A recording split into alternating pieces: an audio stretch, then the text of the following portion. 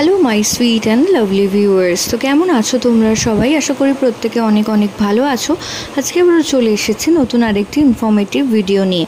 তো আজকে ভিডিওতে একটি বিশেষ সিমটম কথা বলবো, যেটা তোমরা যদি কোনো গর্ভবতী মায়ের শরীরে দেখো তাহলে তোমরা ধারণা করে নিতে পারো যে গর্ভের আগত সন্তানটি একটি ফুটফুটে পুত্র সন্তান আসতে চলেছে।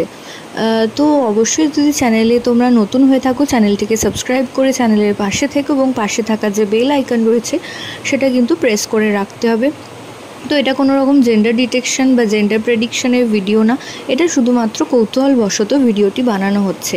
তো থ্রু আউট প্রেগনেন্সিতে যদি তোমরা দেখো কোনো গর্ভবতী মায়ের শরীরে এবং মাথায় চুলের পরিমাণ, চুলের গ্রোথ বাড়ছে এবং চুলের ঘনত্ব প্রচুর বেড়ে গেছে 5 মাসের পর থেকে যদি দেখো, সাধারণত এই সিমটমটা তোমাদের শরীরে লক্ষ্য করা যায় এবং তা শুধুমাত্র মাথাতেই নয়, তার সাথে সাথে দেহের বিভিন্ন অংশে এবং পায়ের যে লোম সেটা বৃদ্ধি পাচ্ছে খুব দ্রুত।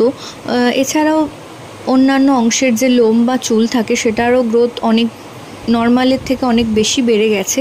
তাহলে কিন্তু তোমরা ধারণা করে নিতে পারো গর্ভের আগত সন্তানটি একটি ফুটফুটে পুত্র সন্তান আসতে চলেছে। তো এর সাথে বৈজ্ঞানের কোনো রিলেশন নেই, এটা শুধুমাত্র ওল্ড ওয়াইফ টেলস থেকে বলা হচ্ছে।